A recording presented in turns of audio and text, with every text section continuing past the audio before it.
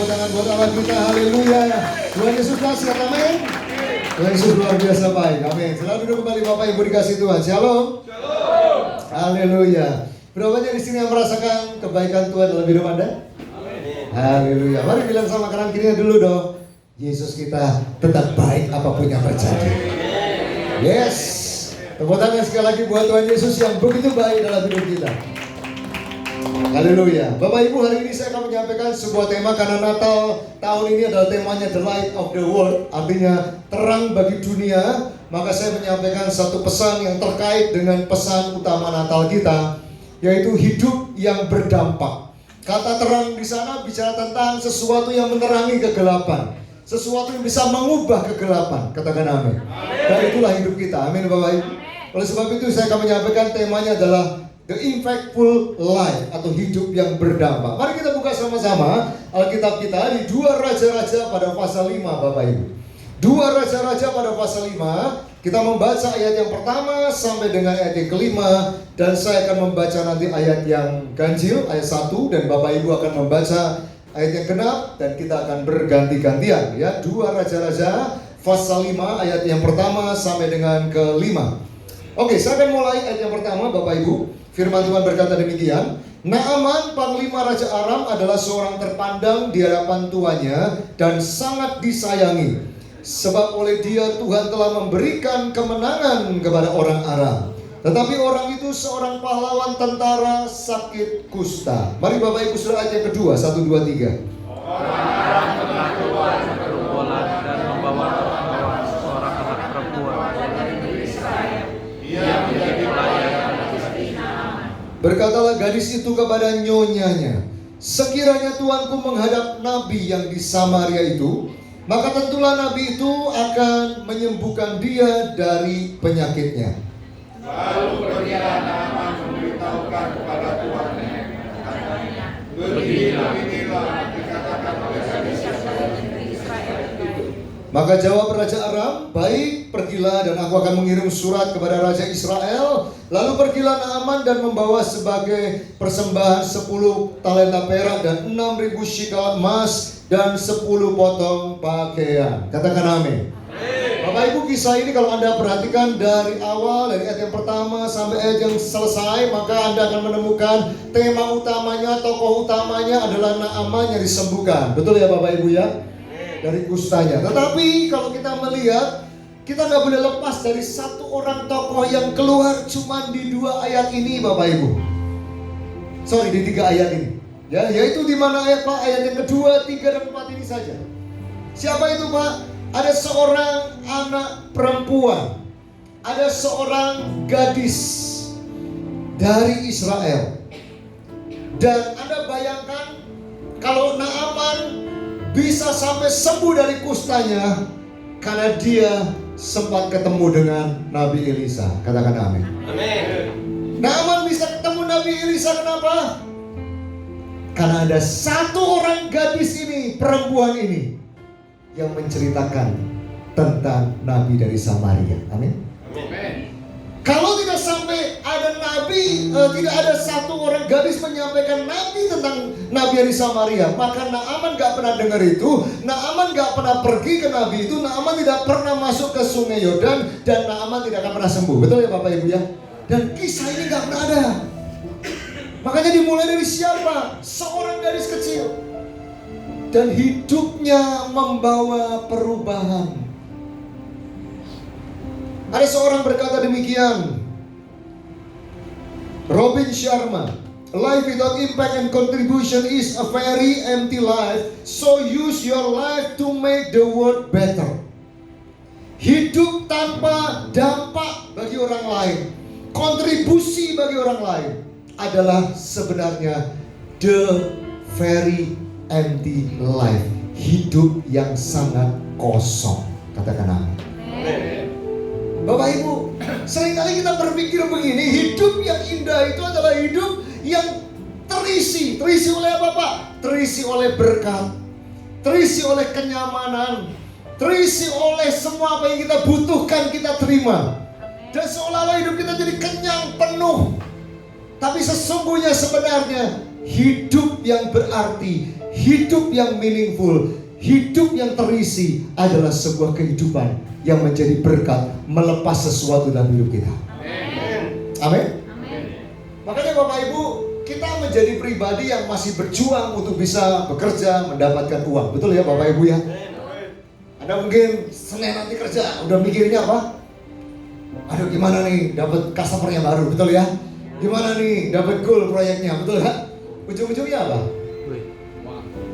Ya betul, uang, betul kan? Anda perhatikan? Kalau Anda perhatikan 10-20 orang terkaya di dunia hari-hari ini, mereka hidup sebagai orang terkaya di dunia sudah tidak pernah mikirin bagaimana uangnya berlipat kali ganda. Kita mikir aja nggak berlipat kali ganda. Kalau mereka tidak mikir saja sudah berlipat kali ganda. Amin. Bapak Ibu perhatikan orang-orang terkaya di dunia sekarang, apa pekerjaan mereka yang utama, Pak? Ternyata mereka bukan bekerja lagi untuk dirinya dan mencari uang. Bill Gates, Mark Zuckerberg, dan banyak nama-nama yang lain. Yang mereka lakukan hari-hari ini adalah berkeliling dari satu tempat ke tempat yang lain. Dengan yayasan yang mereka dirikan, yaitu yayasan sosial. Mereka berbagi dan berbagi dan berbagi. Dari satu bangsa ke bangsa yang lain mereka keliling. Dari satu negara ke negara lain. Untuk apa? Berbagi. Dengar Bapak Ibu, orang yang kaya terkaya di dunia pun akhirnya mereka empty, kosong, betul ya? Sekalipun sudah terisi dengan semua kebutuhan yang mereka butuhkan, mereka kosong. Dan bagaimana mereka mengisi kekosongan di hatinya? Ternyata waktu mereka melepaskan berkat, hidup mereka jadi berkat buat orang lain. Barulah mereka merasakan hidup mereka berarti dan hidup mereka itu terisi. Katakan amin. Jadi jangan isi hidup Anda cuma dengan uang. Katakan amin. Isi hidup Anda dengan bagaimana hidup kita jadi berkat buat orang lain. Karena perempuan Israel memberi dampak yang besar. Kepada siapa pada dampak besar itu? Dia disebutkan sebagai gadis yang kecil, perempuan sederhana, tetapi dampaknya dirasakan oleh seorang Naaman. Siapa Naaman? Bapak Ibu perhatikan, Naaman seorang panglima. Kalau zaman sekarang kira-kira dia panglima besar, dia panglima utama. Dia kalau sekarang ini ya mungkin panglima dari seluruh angkatan bersenjatanya. Dan dikatakan dia disayangi raja. Artinya apa? Dia punya kedekatan dengan raja. Gak cuma posisi, tapi kedekatan dengan pemimpin tertinggi di masa itu. Amin. Jadi saya tanya, kira-kira kalau terjadi sesuatu dalam hidupnya itu viral gak Bapak Ibu? Kita aja begini viral, betul ya Bapak Ibu ya? Di Instagramnya viral, betul gak? Wah kecil legohan, betul kan? Itu pun sudah di like berapa banyak. Apalagi kalau seorang yang paling tinggi, betul? Di dalam posisinya sudah kira-kira berdekatan sama raja, maka yang terjadi dalam hidupnya pasti didengar oleh satu bangsa, dan satu bangsa bisa merasakan sebuah perubahan di lewat hidup. Siapa yang membuat itu, Pak? Kembali. Naaman hanya bisa sembuh karena dia mendengar sebuah perkataan gadis perempuan kecil Israel. Amin. Siapa yang memulai? Seorang gadis perempuan kecil Israel. Bapak Ibu, siapa yang rindu hidupnya jadi berkat dan dampak? Amin. Mari kita lihat ya, kita belajar dari gadis kecil Israel ini. Ada 4 prinsip bagaimana kita tahu hidup kita sebenarnya bisa dan memang Tuhan sudah rencanakan untuk jadi berdampak. Yang pertama Bapak Ibu, mari kita lihat dalam kedua Raja-Raja pada pasal yang kelima ayat yang saya mau berikan dulu dampaknya ya, saya lupa sampaikan ini. Bapak Ibu perhatikan, dampak daripada gadis ini luar biasa. Kenapa? Yang pertama, dia bisa mengubah orang yang sakit kusta, yang tidak ada obatnya, tiba-tiba mengalami kesembuhan 100%. Amin. Itu namanya adalah dampak fisik yang kelihatan. Sama seperti Anda kalau mau ketemu orang gak bisa makan, dia bilang, Pak saya gak punya makan, Anda kasih uang 50.000 misalnya gitu ya. Saya tanya, siang itu dia bisa makan gak? Bisa. Terjadi perubahan, betul ya? Dari yang tidak bisa makan jadi bisa makan. Dari yang lapar jadi kenyang. Fisiknya berubah. Tapi yang kedua, ternyata gadis ini membawa dampak yang luar biasa. Kenapa? Karena bersama dengan Allah, kita gak cuma mengubah fisik seseorang Bapak Ibu, Tapi yang lebih utama adalah kita bisa diberikan kesempatan oleh Allah. Boleh dibantu? Yang kedua, boleh dibantu? Enggak nyala? Oke. Yes. Nah yang kedua Bapak Ibu perhatikan, ternyata Naaman nggak cuma berubah fisiknya. Tapi mari kita lihat perubahan yang kedua apa? 2 Raja-Raja pasal 5-15. Kemudian kembalilah ia dengan seluruh pasukannya kepada abdi Allah itu. Setelah sampai tampillah ia di depan Elisa dan berkata, sekarang aku tahu bahwa di seluruh bumi tidak ada Allah, termasuk di Aram tidak ada Allah, betul ya? Kecuali apa? Di Israel, yaitu Allah Israel.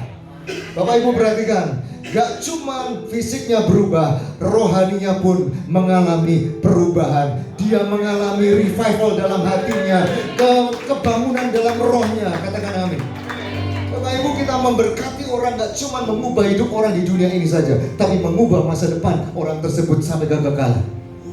Pada waktu dia mengenal Kristus, waktu Anda bisa membawa mereka untuk kenal Kristus, gak cuma diberkati hidupnya, tapi diberkati secara rohani, maka kita menjadikan hidupnya diberkati untuk selama-lamanya. Kalau Anda memberkati seseorang cuma diberkati dengan 50.000, 20.000, satu kotak makanan, dia akan kenyang di hari itu. Tapi kalau kita membawa dia mengalami kebangunan dalam rohnya, ketemu dengan Yesus, maka saya mau katakan, kita membawa dia dalam kehidupan berkat. Bukan 1 hari, bukan 2 hari, bukan 1 bulan, bukan 1 tahun, tapi untuk selama-lamanya. Amin. Makanya Bapak Ibu, jadikan hidup kita berkat. Amin. Next, berikutnya. Sekarang kita belajar 4 prinsip bagaimana kita bisa menjadi berkat dan dampak bagi dunia ini. Tentu belajar dari siapa Pak? Belajar dari orang paling sederhana, yaitu gadis kecil Israel ini. Yang pertama, mari kita lihat prinsip pertama.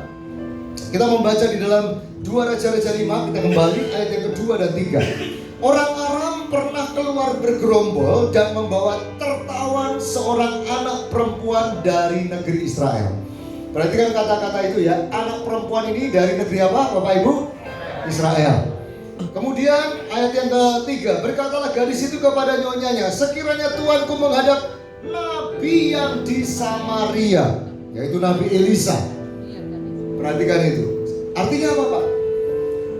Anak perempuan dari Israel, kebiasaan di dalam zaman Yahudi pada masa itu, pendidikan pertama kepada seorang anak, kalau zaman sekarang, itu apa sih?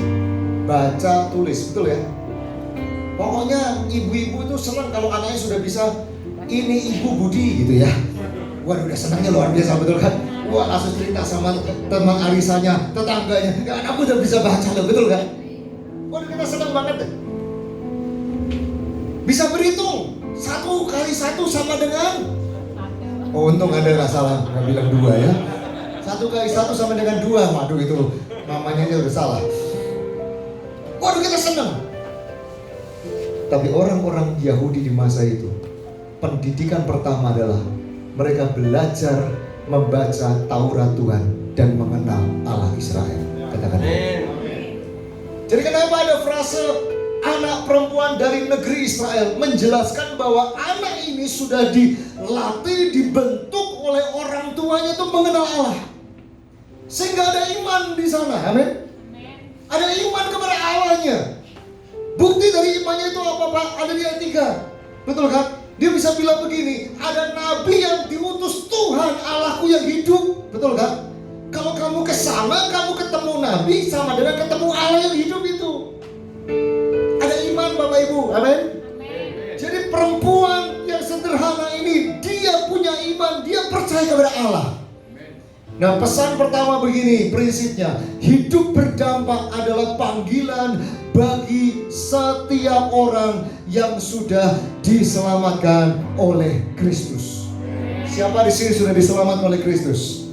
Amin. Siapa yang percaya Yesus Tuhan? Amin. Itu berarti Anda punya panggilan. Pak, bukannya kami dipanggil untuk masuk surga? Halo? Betul nggak? Ya betul, udah diselamatkan kan, nanti dikasih kehidupan di surga. Amin. Tapi dengar, panggilan itu ternyata bukan cuma panggilan masuk surga. Panggilan itu satu paket dengan panggilan yang namanya menjadi berkat selama Anda belum masuk surga. Kita seringkali berpikir cuma ke depan, oh nanti saya diselamatkan oleh karena nanti saya punya hidup yang kekal bersama Kristus. Benar, itu panggilan, yes. Tapi Anda waktu terima Yesus, maka panggilannya itu satu paket, amin. Paketnya apa aja Pak isinya? Masuk surga, amin. Hidup yang disertai Tuhan, amin. Hidup yang merasakan kasih Tuhan dan punya hubungan dengan Tuhan, amin. Termasuk hidup yang menjadi berkat di dunia ini. Jadi terang dan garam, amin. Itu udah satu paket Bapak Ibu. Anda gak bisa bilang gini, aku mau yang surganya saja. Oh gak bisa. Kalau Anda mau surganya saja, maka cepat-cepat masuk. Ah ya, gitu ya. Kalau mau surganya saja, gitu ya. Tapi ada panggilan ada di tempat ini untuk jadi berkat. Amin. Efesus 2:10. Karena kita ini buatan Allah, semua diciptakan oleh Allah, amin. Diciptakan dalam Kristus. Artinya apa? Lahir baru, jadi ciptaan baru dalam Kristus, betul kan? Anda bertobat terima Yesus dan percaya kepada Yesus, Anda jadi ciptaan baru. Tapi dengar, waktu jadi ciptaan baru kemudian Tuhan gak bilang selesai, tapi dikatakan begini, diciptakan dalam Kristus Yesus untuk. Kok ada kata untuk Pak? Maksudnya ada tujuan, betul gak? Kalau ada kata untuk, ada tujuannya. Tujuannya apa? Untuk melakukan pekerjaan baik. Di mana Bapak Ibu? Jangan bilang di surga. Di surga nggak butuh, amin Bapak Ibu. Kalau mau melakukan pekerjaan baik di mana? Di bumi. Makanya mumpung masih di bumi, setuju katakan amin. Mumpung masih di mana? Di bumi. Anda masih punya kesempatan melakukan hal yang baik untuk orang lain. Amin. Kalau sudah di surga, udah gak punya kesempatan bakti sosial, betul nggak? Mau sama siapa bakti sosialnya, betul? Udah di surga, betul kan? Tapi mumpung di atas muka bumi ini, Anda kalau mau bakti sosial, kesempatan. Kenapa? Ada yang bisa kita bagi, betul nggak? Kalau sudah di surga nggak ada yang mau dibagi. Memang malaikat mau dibagi, betul sudah. Dia udah kebanyakan makan di surga, betul kan?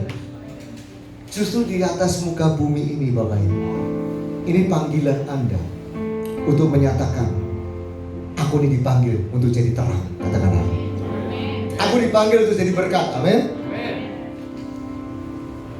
Ini yang pertama ya. Jadi setiap kita, mau tidak mau, siapapun kita, Anda berkata, Pak saya nggak bisa bikin apa-apa. Siapa di sini ada anak muda? Agak nampilkan tangan. Anak muda mana? Kok merasa tua di sini? Masih muda ya kalian ya? Anak-anak muda, dengar. Ada seorang gadis kecil di masa itu yang seusia kamu. Dia gak bisa berbuat apa-apa karena masih kecil mungkin, gak bekerja, gak punya penghasilan bagus, gak punya posisi. Tapi tahu panggilan hidupnya menjadi berkat. Amin. Dan dilakukan dan dikerjakan dan jadilah kisahnya. Seluruh kisah besar Naaman tidak akan pernah ada tertulis tanpa pernah ada seorang gadis yang masih muda bergerak untuk apa? Membawa berkat bagi orang lain. Jadi anak-anak muda semangat ya. Engkau masih punya kesempatan besar untuk jadi berkat. Amin. Yang kedua, mari kita lihat apa prinsip kedua yang kita bisa belajar dari kisah ini. 2 Raja-Raja 5 ayat 3. Berkatalah gadis itu kepada nyonyanya, sekiranya tuanku menghadap nabi yang di Samaria itu, maka tentulah nabi itu akan menyembuhkan dia dari penyakitnya. Jadi waktu gadis itu berbicara kepada istri Naaman, dia berkata begini, kalau Naaman ketemu nabi itu, Naaman akan sembuh. Pertanyaannya, siapa gadis itu dan kondisinya seperti apa, Pak? Alkitab tadi berkata, gadis itu tawanan.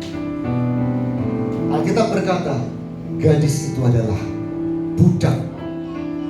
Pertanyaan saya, kira-kira Kalau ada gadis yang mengalami situasi seperti itu, dipisahkan dari orang tuanya, ditarik, diseret dari rumahnya, dipaksa bekerja, kira-kira hatinya happy atau hatinya berduka atau kecewa dan luka, Bapak Ibu? Dia kehilangan masa kecil, kehilangan masa mudanya dengan teman-temannya, dia kehilangan orang tuanya. Alkitab tidak pernah tulis apakah orang tuanya mati dibunuh atau tidak. Tapi ada kemungkinan juga, mungkin orang tuanya karena sudah mati dibunuh, maka anak itu diambil, dirampas. Pertanyaannya, hati gadis itu tersayat terluka nggak? Oke, siapa di sini pernah terluka karena perlakuan orang lain, perkataan orang lain yang nggak enak buat Anda? Yang lain nggak pernah ya? Nggak pernah dilukai? Oke, nanti saya suruh pekerja lukai semua satu-satu. Marahin, tunjuk-tunjuk Anda gitu ya. Anda pernah dilukai orang? Pernah ya? Pernah dimusuhi orang?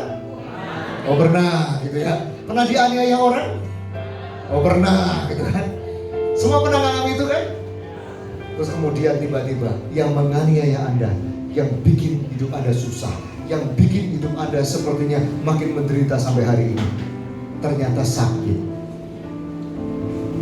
Kira-kira apa yang di hati Anda? Halo? Ada ucapan syukur, Pak, waktu tahu dia sakit. Oh bagus dong mengucap syukur kepada Tuhan. Iya Pak, syukurin dia. Halo? Jujur ya, waktu orang yang menyakiti Anda sakit, gak usah sakit lah, rugi aja dia. Pernah nipu Anda, rugi aja dia. Hati Anda apa doanya? Apakah Tuhan kembalikan kerugiannya, berkati 10 kali lipat? Halo, apakah begitu? Ya sudah, nggak usah jawab ya, jawab sama Tuhan aja sendiri. Tapi kita perlu belajar satu prinsip Bapak Ibu. Gadis ini bisa berkata, Naaman tuh mesti sembuh. Amin. Anda bayangkan dari mana itu? Dari hatinya loh. Hatinya terluka, hatinya kecewa, hatinya pahit. Tetapi dengar Bapak Ibu, hatinya dipulihkan, katakan amin. Hatinya masih punya kasih, katakan amin. Hatinya melihat Naaman bisa ada belas kasihan, tidak ucapan syukur yang berkata begini, syukurin dia sakit, syukurin cepatan mati sana. Enggak, tapi dalam hatinya ada kasih. Semoga orang yang memusuhi aku, yang membuat aku susah, dia menjadi orang yang sembuh sehat. Kalau Anda mau menjadi berkat, Anda menjadi dampak, bukan dari perbuatanmu mulainya, justru mulailah dari hatimu, katakan amin. Mulailah dari hati yang bisa mengasihi. Makanya saudara, ada satu ayat yang bagus yang Yesus pernah katakan kepada murid-muridnya. Lukas 6 ayat 27-28. Tetapi kepada kamu yang mendengarkan aku berkata, kasihlah apa? Musuhmu. Berbuatlah baik kepada orang yang membenci kamu. Mintalah berkat bagi orang yang mengutuk kamu. Kemudian ngapain lagi? Berdoalah bagi orang yang mencaci kamu. Tuhan tidak pernah ngomong begini. Kasihlah orang-orang yang sangat baik dalam hidupmu, yang kasih banyak berkat. Berbuatlah baik kepada orang yang selalu ngasih kepadamu. Tapi justru Tuhan berkata kepada orang yang membenci, kepada musuh. Bapak Ibu, menjadi berkat itu start dari hati kita, katakan amin. Kalau ada luka dalam hatimu, kalau ada sakit kebencian dalam hidupmu, mari datang sama Tuhan dan minta, Tuhan, aku mau lepas dari ini semua. Aku butuh kasih Kristus, amin. Supaya dari sanalah aku bisa melakukan sesuatu untuk jadi berkat buat orang lain. Mother Teresa berkata demikian. Tidak ada seorang pun dari kita yang bisa melakukan perbuatan yang hebat, the great things.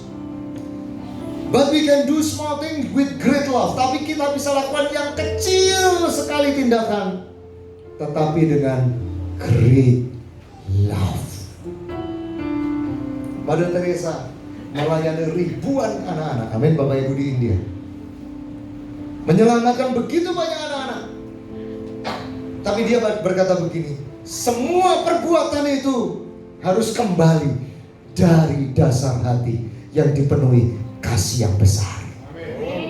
And the great love, kasih yang besar itu, kasih yang hebat, yang dahsyat itu, cuman satu yang punya, yaitu Allah kita, Tuhan Yesus. Dia yang pernah mati bagi kita, Dia pernah bangkit bagi kita, Dia yang datang untuk kita, amin.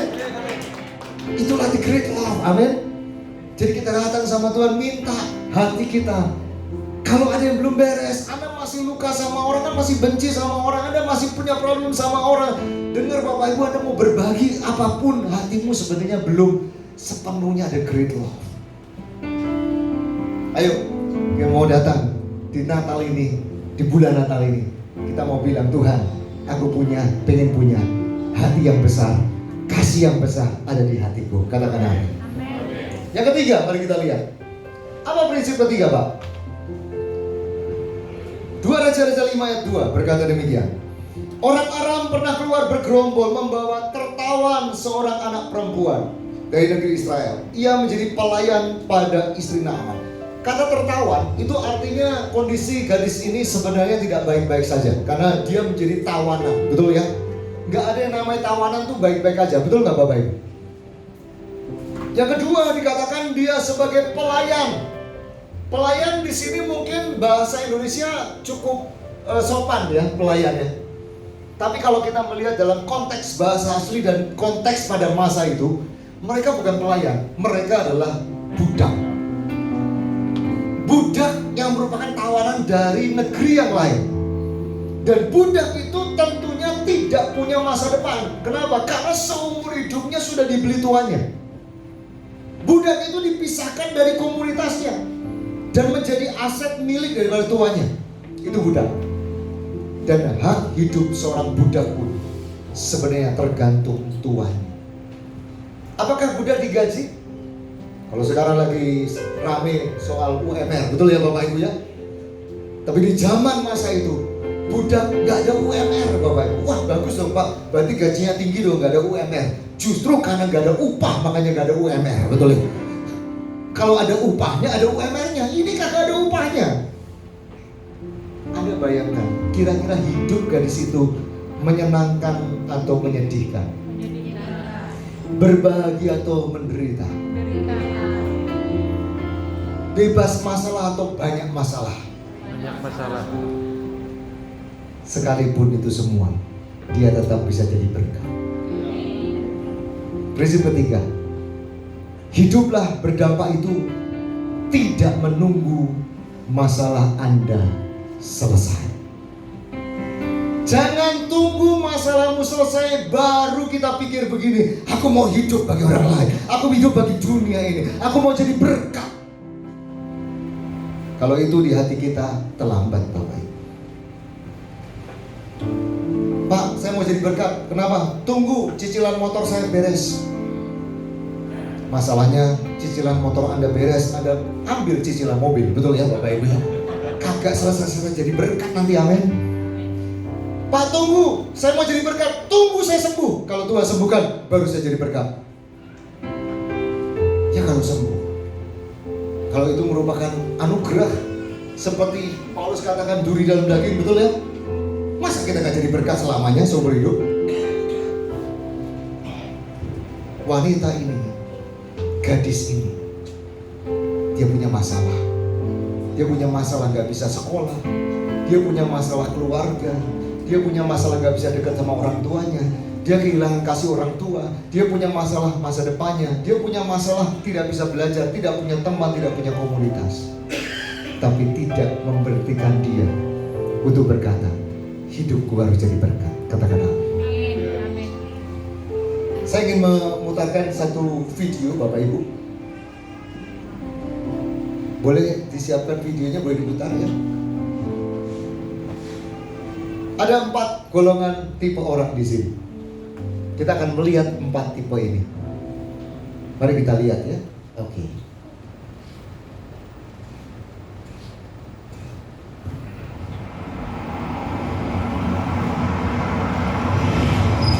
Tipe pertama.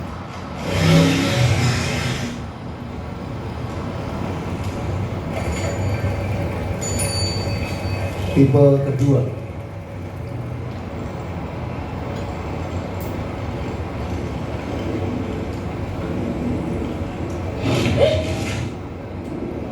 Tipe ketiga.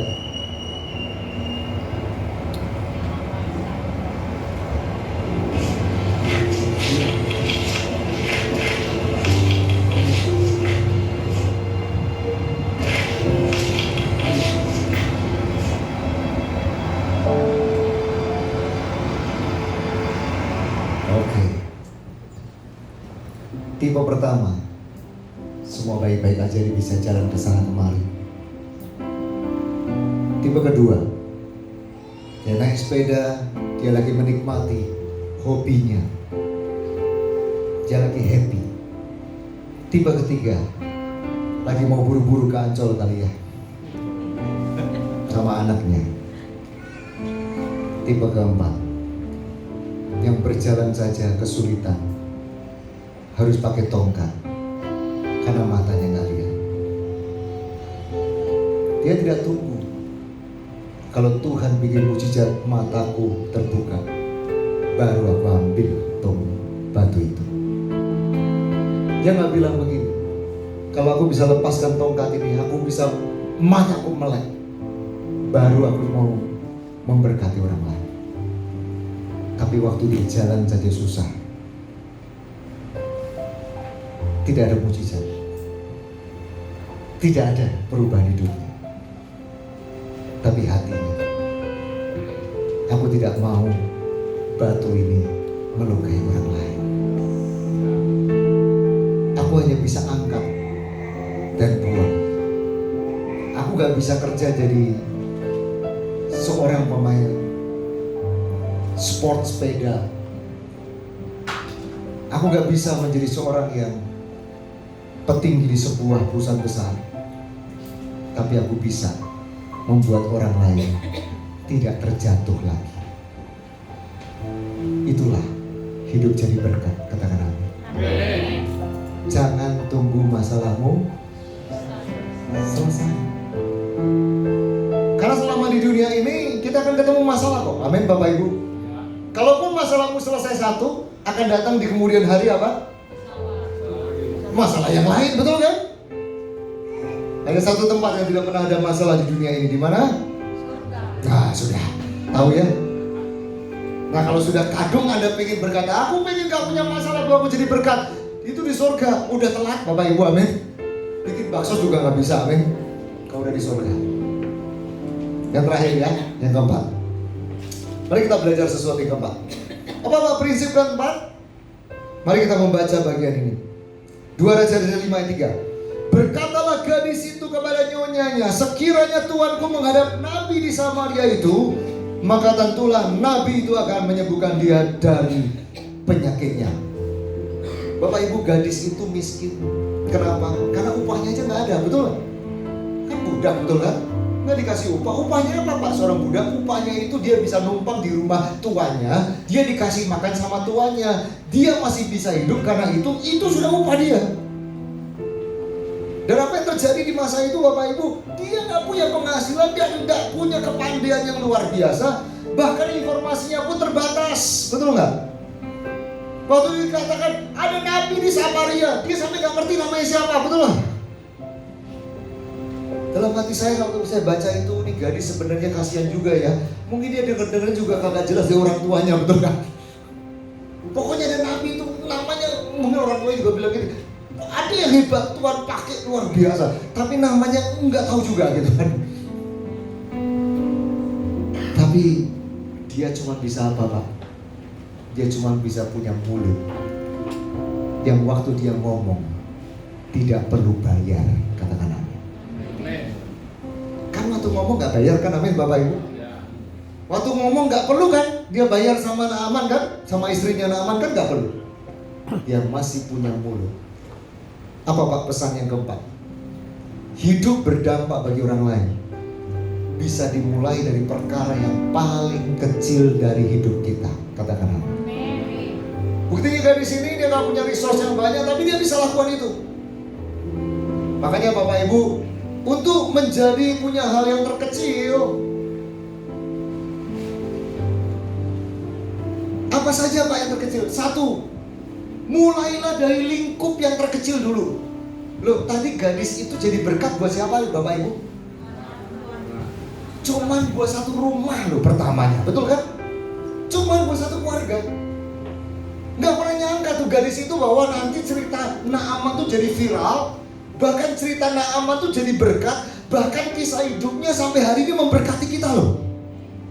Mana kepikir gadis itu, betul ya? Sampai ribuan tahun kemudian kisah hidupnya jadi berkat. Dari yang terkecil, di mana? Di rumahnya Naaman. Makanya kalau mau jadi berkat, mulailah yang paling dekat-dekat saja dulu, katakan amin. Jangan pikir begini, aku mau jadi berkat Pak, di mana? Di Eropa. Masalahnya kalau Anda ke Eropa, ongkos tiketnya juga mahal. Sudahlah, tetangga kanan kiri dulu lah, amin Bapak Ibu. Ya mulai dari paling dekat lah. Yang kedua, resource-nya juga terkecil, betul nggak? Sumber dayanya terkecil. Dari apa Pak? Mulut doang. Cuma dari perkataan. Karena nggak punya uangnya, nggak ada, dana nggak ada, dayanya nggak ada, ya cuma ini aja. Dan yang berikutnya, tindakan yang terkecil, yaitu apa? Berkata-kata, katakan amin. Ada banyak hal yang bisa kita kerjakan dari yang kecil, Bapak. Waktu Anda nggak bisa berbuat apa-apa untuk orang lain, tapi pernah nggak Anda beli bensin, isi, setelah itu bilang, Pak makasih ya sudah bantuin. Allah kita udah ngilang aja.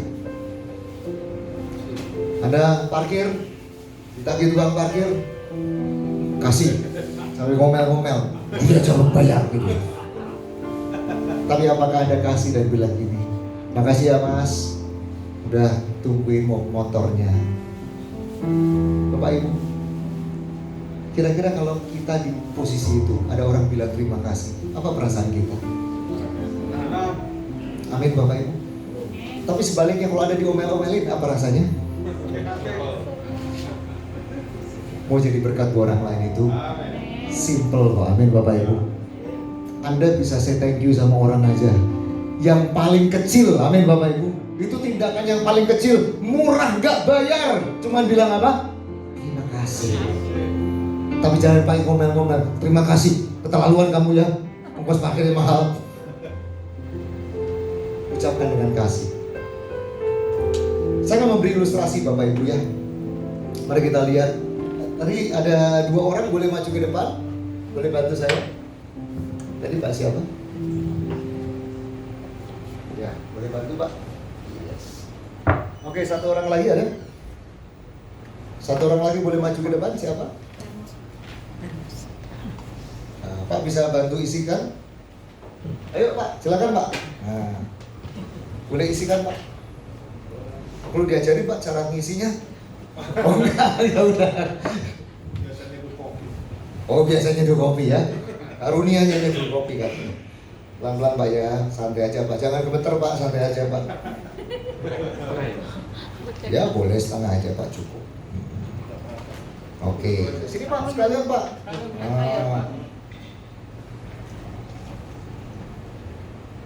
Ya Bapak Ibu, kita ada teh di sini ya Bapak Ibu ya. Ini ada teh.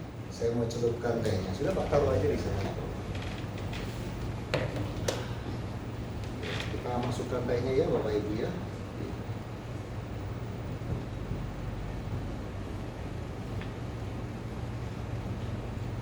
Oke, Pak silakan Pak, diaduk Pak. Kita akan ada apa namanya? Lomba. Siapa yang paling cepat tehnya jadi?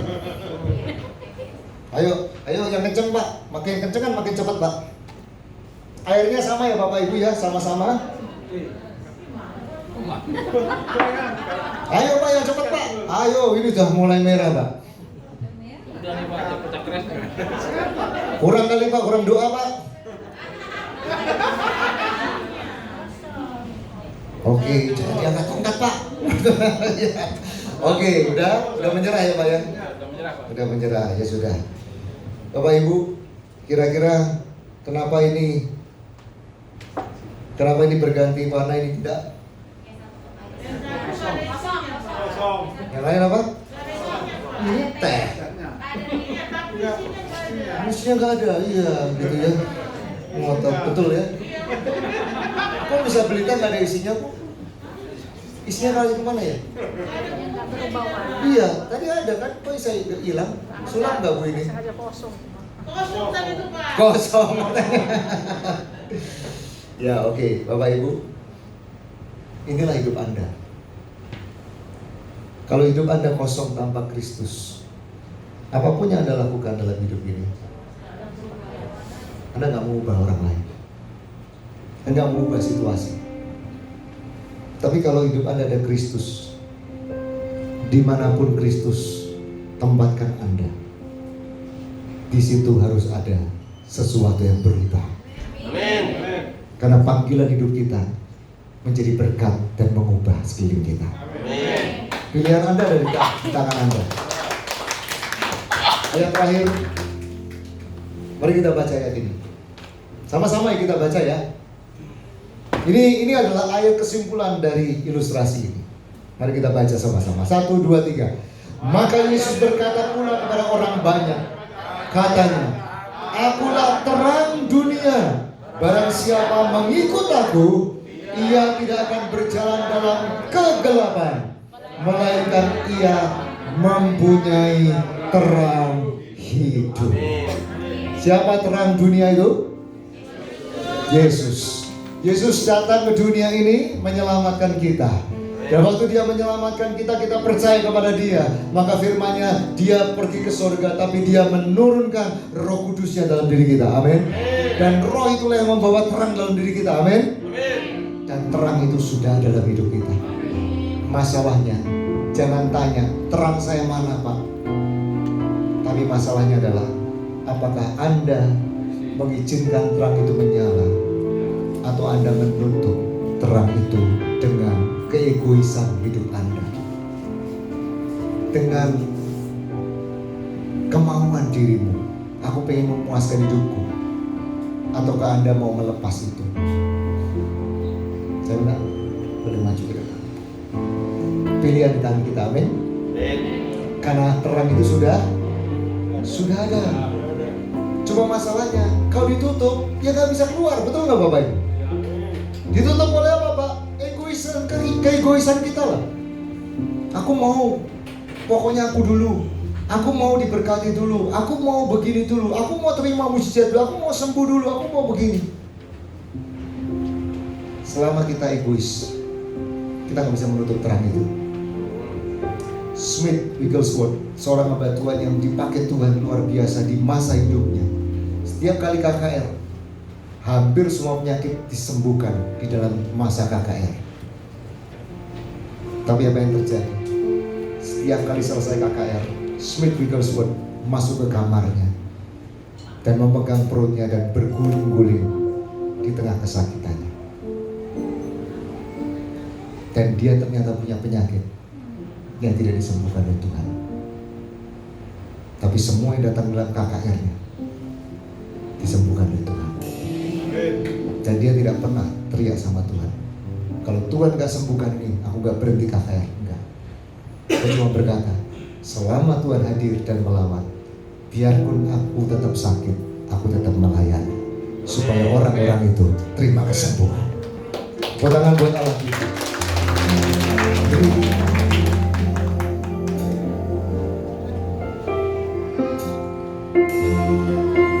Hati seperti hatimu yang penuh dengan belas kasihan,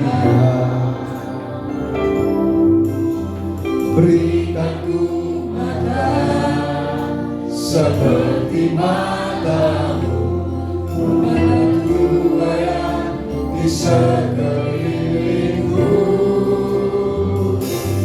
berikanku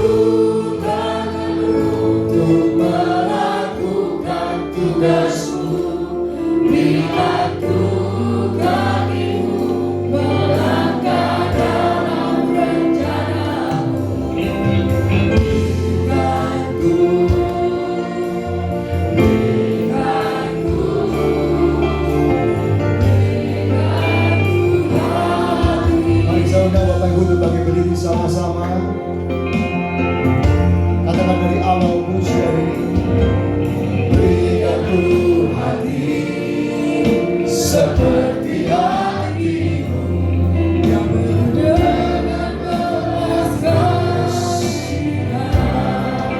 Tuhan, kami tidak mau egois.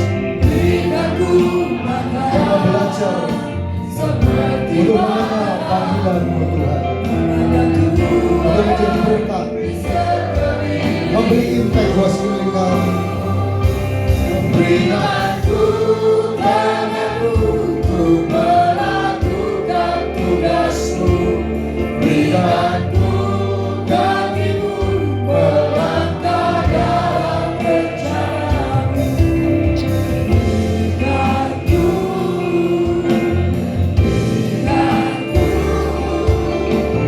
Berikanku hatimu. Berikanku tanganmu untuk melakukan tugasmu. Yes, Lord. Berikanku kakimu melangkah dalam rencanamu.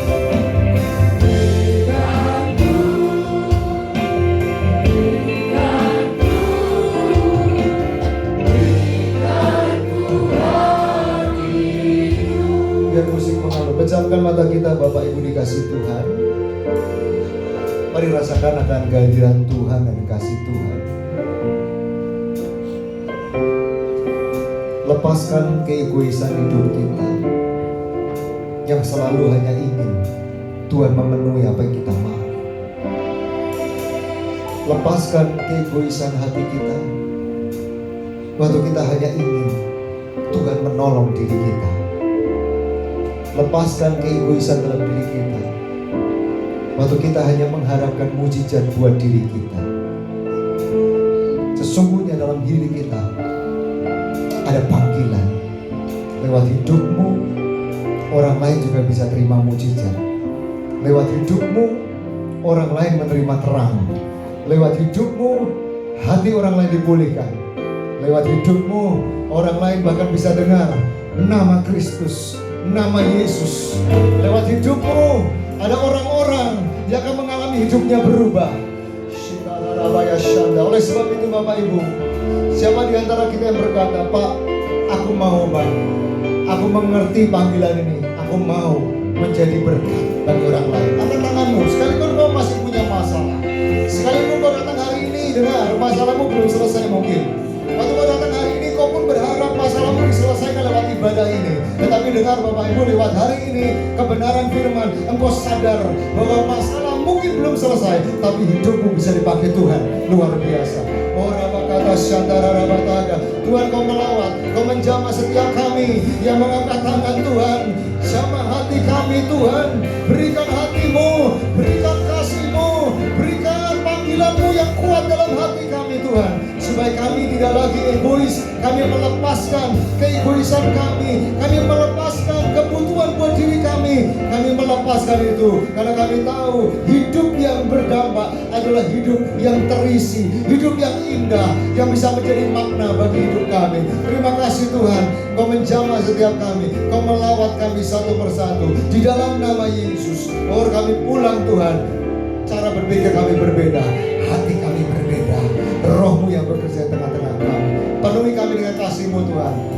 Kalau ada di antara kami yang masih terluka hatinya, oh sakara makata syanda, ada di antaramu yang terluka hatinya, yang kecewa karena kau pernah mengalami pengalaman tertentu dengan seseorang dan itu merugikan dirimu dengan begitu besar. Hari ini dengar Bapak Ibu, kalau kau mengalami itu, buka hatimu. Waktu Natal, bulan Natal ini akan datang, buka hatimu untuk kasihnya, buka hatimu untuk kasih Yesus, supaya kau berubah, kau berubah. Yes Lord, yes Lord, penuhi dengan kasih-Mu Tuhan, penuhi dengan kasih-Mu Tuhan, penuhi dengan kasih-Mu. Yes, yes, yes, yes, yes, yes. Oh, penuhi dengan kasih-Mu Tuhan hati kami, pulihkan Tuhan hati kami, pulihkan diri kami Tuhan, pulihkan hati kami yang luka, sembuhkan Tuhan. Hanya kasih-Mu yang menyembuhkan kami Tuhan, hanya kasih. Bapak terima kasih untuk ibadah yang luar biasa, untuk kehadiran Tuhan. Terima kasih untuk semua tim yang melayani, yang Tuhan sudah pakai luar biasa. Terima kasih untuk setiap para pengurus gereja ini, para pemimpin gereja ini yang Tuhan sudah percayakan. Terima kasih untuk setiap kami Tuhan, yang kami datang tentu dengan berbagai macam masalah, persoalan, tapi kami merasakan kehadiran Tuhan memulihkan kami. Terima kasih untuk kota Cilegon, untuk pemerintahan Cilegon yang Tuhan bekerja, Tuhan menjaga semuanya dengan baik. Dan terima kasih Tuhan untuk semua yang Tuhan percayakan dalam gereja ini. Kami percaya Tuhan akan bekerja lebih hebat, lebih dahsyat lagi untuk menjangkau lebih banyak jiwa-jiwa. Terima kasih untuk semuanya Tuhan, untuk ibadah kami yang Tuhan nyatakan kehadiran-Mu luar biasa. Sebentar kami akan berpisah Tuhan. Kiranya Kau akan memberkati setiap kami. Mari kita angkat tangan kita dan buka hati kita. Kiranya turun berkat yang terbaik daripada Allah Bapa di surga dalam kehidupanmu. Cinta kasih Tuhan Yesus yang begitu manis ada dalam hatimu senantiasa. Dan juga penyertaan dan kuasa urapan Roh Kudus terus menyertaimu, menuntunmu dari satu kemenangan pada kemenangan berikutnya. Kiranya menyertaimu mulai hari ini bahkan sampai selama-lamanya. Di dalam nama Tuhan kita Yesus Kristus kita yang percaya sudah diberkati. Mari sama-sama kita katakan amin. Selamat hari Minggu Bapak Ibu. Tuhan Yesus memberkati kita semua.